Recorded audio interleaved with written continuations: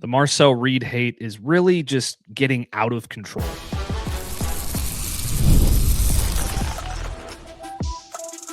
You are Locked On Aggies, your daily podcast on the Texas A&M Aggies, part of the Locked On Podcast Network, your team every day.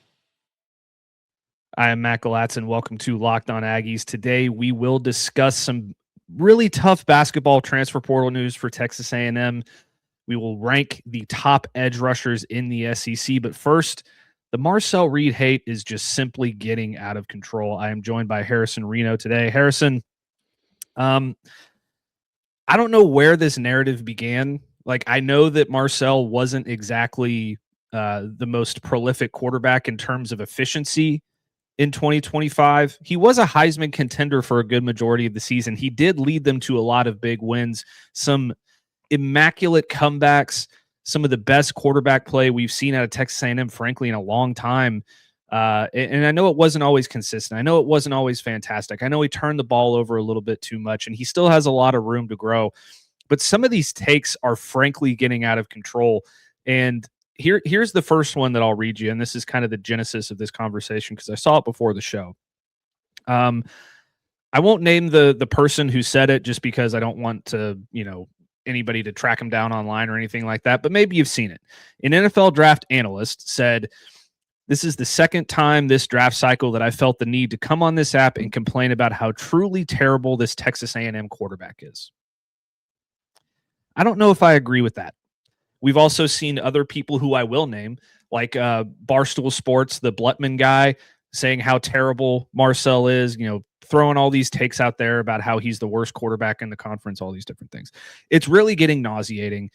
And I don't quite understand it because, and I'm gonna go on a little bit of a tangent here, Harrison, before I get your take on this. But here's my biggest problem with NFL draft scouts, talent evaluators, all the different people who claim to be, really ingrained in the knowledge of football. Who, a lot of them don't take into account that Marcel is in his early 20s.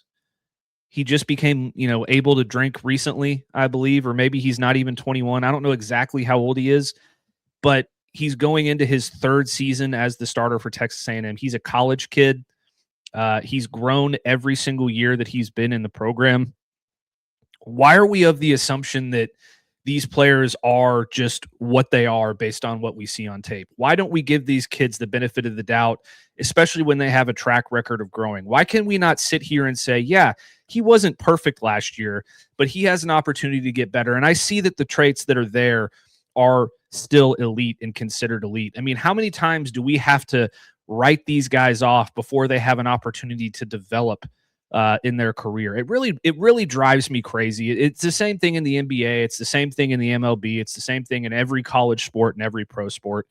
People just assume like, oh, you can't draft this guy because he already is what he is. That is not true. We all know that is not true. If that was true, Tom Brady wouldn't have won 7 freaking Super Bowls, right? So I don't know. You can give me your take here, Harrison, but I'm frankly tired of it, and I think it's kind of disgusting. Yeah. I also kind of get annoyed with draft analysts and draft Twitter specifically because they're there to watch these different draft prospects year after year. They're not even supposedly, looking at these guys that are coming up. Yet and I get it. You're watching a lot of tape to watch these prospects. Like you're going to watch Kevin Concepcion. You're probably watching minimum 3 to 4 games of Concepcion. And yeah, you're probably going to see a good bit in terms of bad play at the quarterback position. Yeah. You're going to see some plays that Marcel's going to want to, have back. But I don't think it's fair to, obviously everyone has a right to form their opinions on that, but it's, you could get it at a time of the year where he's not playing his best games and you somehow end up with some of his worst games on tape without even looking at his best. So you don't even get a full picture of him. It is my thing on that, Matt. The other thing, when has the take about Marcel Reed ever been that this guy's going to be this super projectable, highly drafted quarterback for the NFL? Never been uttered from my mouth. Don't think it's been uttered from your mouth. Nope. Marcel Reed's a college quarterback. A perfect, I don't want to say a perfect archetype for what a college quarterback is in terms of He's extremely athletic, extremely mobile. He has an arm that, yes, he has to improve on his decision making and has to get better in some fundamental areas like his accuracy and ball placement. Absolutely. But he has a big arm. Like, it is capable of unleashing it down the field, paired with his legs, where he's extremely athletic. He can make people miss. He can pick up yards. He can be explosive by himself. That's a college quarterback. It's never going to be really a pro quarterback, in my opinion. Like, there is a Lamar Jackson. There is your Cam Newton. But Marcel Reed's not going to be those guys. At least I don't think so. That's not what I'm projecting. But then again, like you just said, Matt, things can change. I would like to remind people, Joe Burrow wasn't the number 1 overall draft pick in 2018. I think they projected him as a 7th round pick before his 2019 season. Things change. Yeah. Things change in a hurry. And here's another good example of this. And before I get into my take about scouts and their evaluation of all this stuff, I saw a lot of people back when Dak Prescott was at Mississippi State saying, "Oh, he's not an NFL quarterback. He can't make it in the NFL. He's not going to be anything in the NFL." And he was drafted in the 4th round, largely just as a backup security piece to Tony Romo. And then he just takes over the job after an injury and never lets it go. And he's been there for now how long? Like, it's 10 years. Yeah. So, like, if Dak Prescott can do it, if Tim Tebow can make it to the NFL, if all of these different people who are projected as, oh, they're not really NFL quarterbacks, and then have come out and really done well at certain points in time, even if it was just for a season or whatever the case may be, none of these people were ever finished products. Tony Romo didn't get drafted. I mean, there's so many examples of this. Tom Brady was a 7th round pick because nobody thought he was that good. Nobody's ever a finished product. I think the scouting world, the talent evaluation world, has gotten so caught up in the physicals and the physical traits that they've forgotten what it really takes to be a quarterback in the NFL. Yes, you need to be physically capable. I mean, absolutely. You need to be somewhat of an athlete. You need to have somewhat of an arm, and you have to have all that. Sure. You also have to have the mental part of it. Like, Dak Prescott wasn't taking snaps under center in college. He was playing in Dan Mullen's offense, wasn't turning his back to the defense all that much. He had to develop and had to be able to develop that piece in terms of being able to turn his back to the defense, turn around and figure out what everything else is going on behind him when he had his back turned. Like, that's something that's fundamentally lost to college football offenses these days, that is making kind of a learning curve to the NFL much steeper. So it's like, we can talk about the physicals and we can talk about the arm strength and all that, but the big thing here is, for the NFL, it's so much of a mental game. And I think we're just so caught up in a football world on the physicals and what it looks like that we forget, hey, there's more to being a quarterback than just having an arm and a pair of legs. Yeah. And to that point a little bit, Harrison, I know some people who, I don't know actual NFL scouts. I know a guy who used to be an NFL scout. I know people who go on the radio and pretend to be scouts or pretend that they're these NFL talent evaluators because they watch film. But you know what the majority of these people do? And not all of them. Like, there's some out there who are wizards and they know exactly who they are. They know exactly what they're doing. They know every single little thing you need to know, and they can project just about as well as anybody else. Dane Brugler is an example of that. He's the best in the business, and if he says something about a player, I take it as gospel. But the majority of people who are out there on the internet saying these kinds of things, here's what they do. They're trying to go through every single position and every single player that's draft eligible so that they can create scouting reports. And they watch 3 to 4 games. They don't have really a method to pick those games. They'll say, okay, Texas A&M played Notre Dame, LSU, Texas, and Miami. I'm going to watch those 4 games. But they don't watch any of the other games. They don't take any of those performances into account, any of those situations into account, and they just watch in their little bubble of games, and they say, all right, I know what this player is. That's it. And that's what drives me crazy, because they don't take in the whole body of work. body of work. I watched every single snap that Marcel Reed has taken at Texas A&M. I can tell you he is not a terrible quarterback. And even if you just look at the stats, he was 4th in the SEC in passing yards last year. Okay, that was behind only Joey Aguilar, Diego Pavia, and Trinidad Chambliss. It was more than Arch Manning, more than John Mateer, more than Ty Simpson, more than Taylon Green, more than Blake Shapen, more than Gunnar Stockton, more than Lenora Sellers, more than Bo Pribula. Okay, in terms of completion percentage, yeah, he was 12th, but he was still ahead of Arch Manning. He was still ahead of Lenora Sellers. He was 0.1 behind John Mateer, 1 point behind, or 2 points behind Ty Simpson in percentage. In terms of touchdowns, 4th in the SEC, ahead of Joey Aguilar, Trinidad Chambliss, Gunnar Stockton. He put up the numbers. And was he perfect? No, Harrison. Obviously, he wasn't perfect. But that doesn't mean he's terrible. And that's what really bothers me about this whole thing. You can't just sit there and tell me that you're going to watch 3 games, 4 games, a half of football in one game, a half of football in another game, and then call it gospel like you know what this player is and what he's all about. Drives me absolutely insane. Anyway, one of the other things that a lot of talent evaluators have been getting around to recently, including PFF, is ranking the top position players in every in the SEC, around college football, all those different things. We have our list of top edge rushers, and the top names, a lot of them are gone. So who's left? I'm Clea Butler, host of Locked On Women's Basketball, and this is Mazda's Women's Basketball Snapshot, celebrating the work no highlight reel can ever capture. UCLA made history by winning its first NCAA Women's Basketball National Championship, dominating South Carolina 79-51. The Bruins controlled the game from start to finish with elite defense and balanced scoring, finishing the season 37-1. Star center Lauren Betts was named Most Outstanding Player, leading a team effort that capped a 31-game winning streak. Under head coach Corey Close, UCLA secured a landmark title that has been decades in the making. These moments are earned off the clock, those long before the lights ever come on. The sweat, the fakes, the doubt, the scrapes. I'm coming back for more every time. Mazda puts that same drive into every detail. Wins define the moment. Putting in the work, that defines you. There's more to a Mazda because there's more to you. Just a quick reminder to our loyal listeners, get Locked On Aggies ad-free with the Everydayer Club, plus members-only Discord access. Join at lockedonaggies.supercast.com. Harrison, we've been kind of going through and ranking, some of these positions in the SEC. We've done quarterbacks, running backs, wide receivers.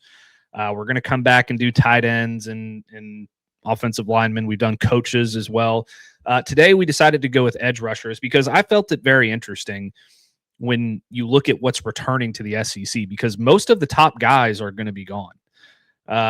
Just Cassius Howell, Keldrick Falk. You could go on down the list. Most of the top players at the position are gone. Damone Wilson transferred to Miami. A lot of these guys. Zion Young is gone. R. Mason Thomas is gone. Dominique Bailey. You could go on down the list. There's so much missing from what was in the SEC a year ago that it makes it incredibly interesting to think about, like, who's back. So we did our top 10. We'll kind of run through it real quick. First of all, I had an honorable mention for Auburn's Xavier Atkins. Technically, he's a linebacker, but last year he had 9 sacks, which was tied for 3rd in the SEC as a linebacker. So good on him. He plays a little edge rusher, but he's our honorable mention. Number 10 is the first and only Aggie on the list. I have TJ Searcy here at number 10. We just don't know what they have there yet at the position. I do think TJ Searcy is very good. This very well could be Anto Saka or Ryan Henderson, Salmon Pemba, Marco Jones. One of those guys is going to emerge. We don't know who it's going to be quite yet because, quite honestly, we just haven't seen it. So I'm putting TJ Searcy number 10. Yeah, I was wondering about Anto Saka because that was a guy that was productive at Northwestern and in the Big Ten. But I think it makes sense to put Searcy there. Obviously, it's still kind of, you got to prove to me more that you're capable of doing more and playing at a higher level. If you're TJ Searcy, obviously you played opposite of Cassius Howell last year. Now he's gone, and you're going to have to be the main guy in that room. Well, one of the main guys in that room to kind of step up and play. But it was interesting, Matt, to kind of figure out, all right, where are we putting this Aggie in this list? Because there's a lot of really good names on this list. In some ways, I want to say this list is kind of top heavy, because I do feel like there's a little bit of drop off after a certain point.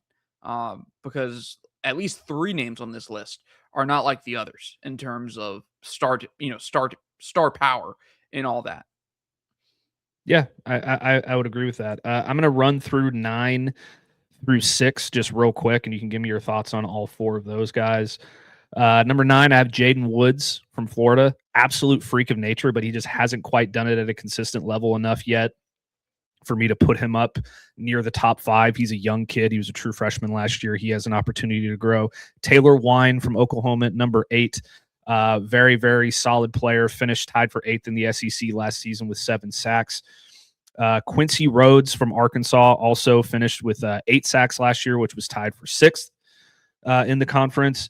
And then at number 6, I have Yanzi Pierre from Alabama. He also finished with 8 sacks, tied for 6th last year. Pretty good group there. Nobody that really knocks your socks off in terms of production. I mean, they all had really good years, but it kind of lets you know which direction we're heading with the rest of this list. The one name, well, 2, Jaden Woods. That was a name that was rumored to be heading elsewhere in the portal this offseason. That was a guy that I think Texas was mentioned with in terms of potentially going after. There's a lot of smoke around Texas and Florida this offseason in terms of some of Florida's top players potentially hitting the portal. Like A&M was in for him, that guy's too. legit. A&M as well. Like, that guy's legit. A lot of the fellow SEC programs were looking at Florida's roster, salivating. Jaden Woods is one of them. The other one, Matt, I'm wondering if this is the year, because if you looked at it at the start of last year, Yanzi Pierre would not be on this list at the start of last year because he wasn't what he kind of became. This guy became a designated pass rush specialist for them, beat out some really high profile, former 5-star talents at that position. I mean, you think about the X's they had in terms of this offseason to the portal. Keon Keeley, that was the number 1 rated prospect just like 3 years ago. He's out of the room. They had 2 other edge rushers that I'm blanking on their name. James Smith, who kind of put on the interior. He's gone.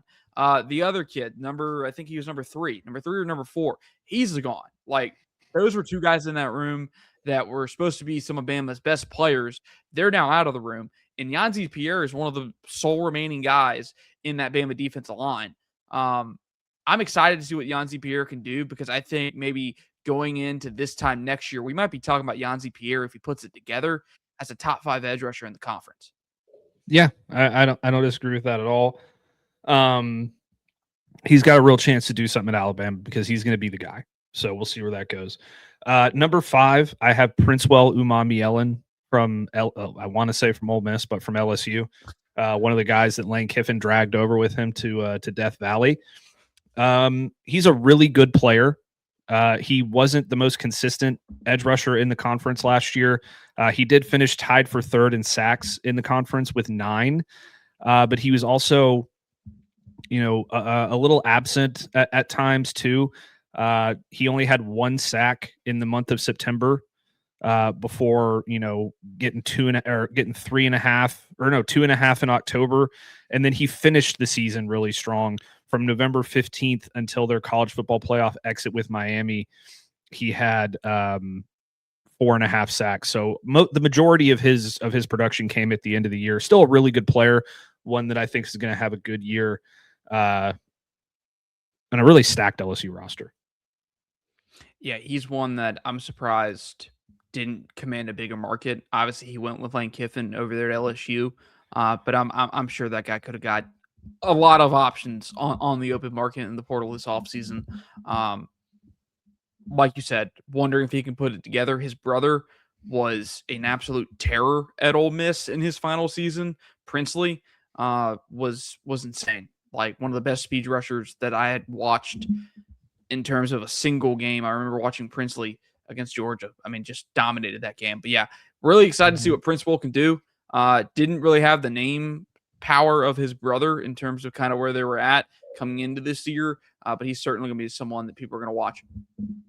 Yeah. Number 4, I have Chaz Coleman over there at Tennessee. He was the number 1 edge rusher in the portal out of Penn State. Still a lot of room to grow, but man, this guy is an absolute demon. I think he's going to have a really, really special year at Tennessee. Another one of those portal guys, Matt, that had a huge market. A lot of people were after them. Chaz Coleman, like you said, was the number 1 rated player at edge in the portal class. I'm really curious to see kind of what he does in that system that Tennessee's obviously changing to in terms of Jim Knowles being the defensive coordinator. Jim Knowles has let his edge rushers get loose, let them get upfield, get after the quarterback. How does Chaz Coleman look in that system down there in Tennessee? Tennessee's had some really good edge rushers over the years. I mean, you think about James Pierce. You think about some of the guys that they have come out this year. I think Josh Jacobs or Jones.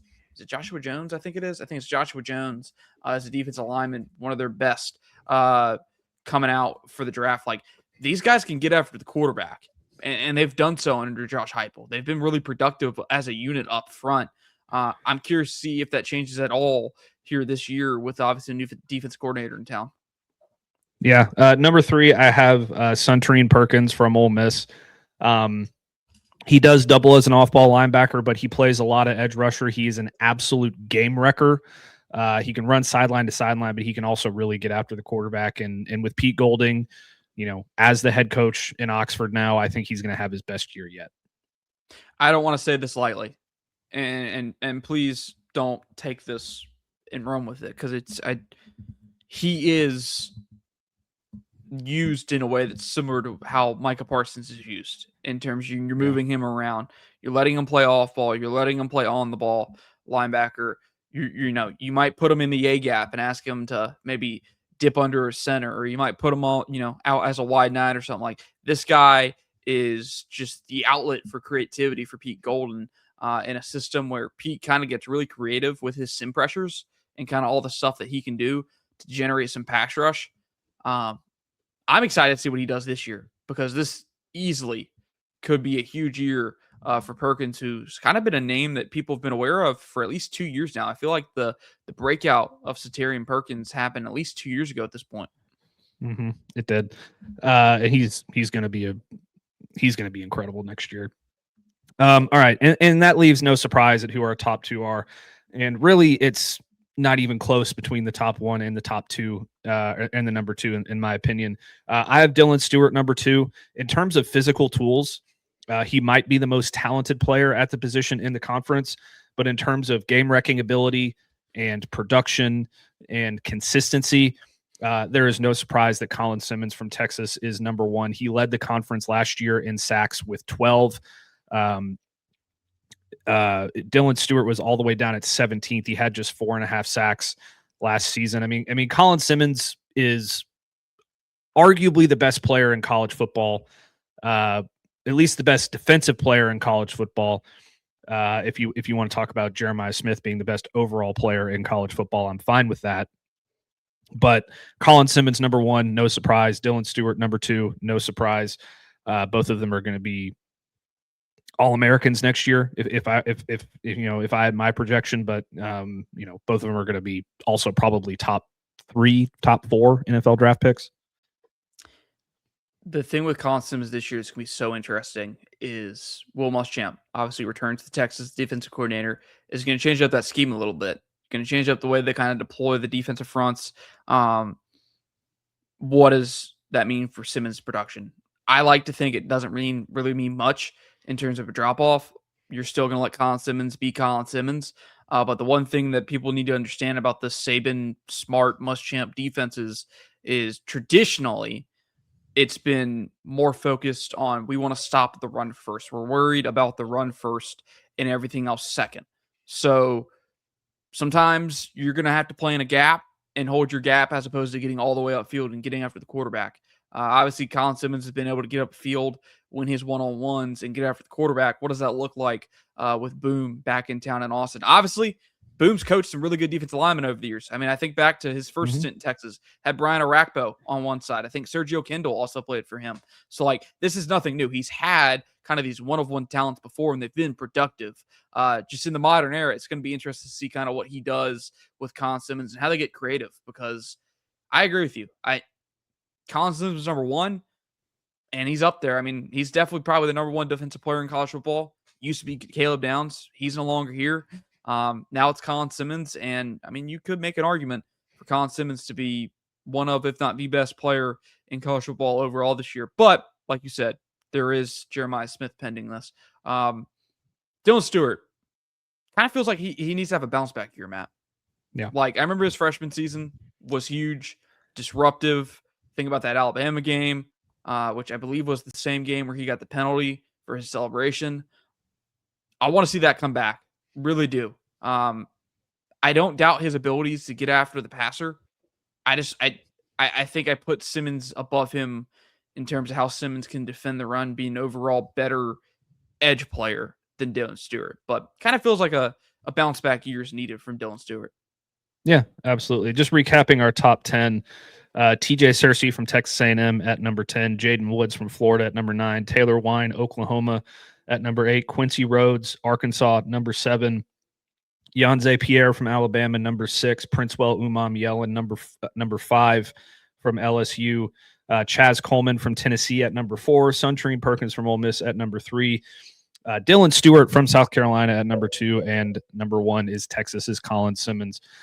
He had more sacks last year, by the way, than Dylan Stewart has in the last 2. So not really close in terms of production in that front. Changing gears, though, the college basketball transfer portal opened yesterday, and Texas A&M has, they've suffered from some pretty big losses.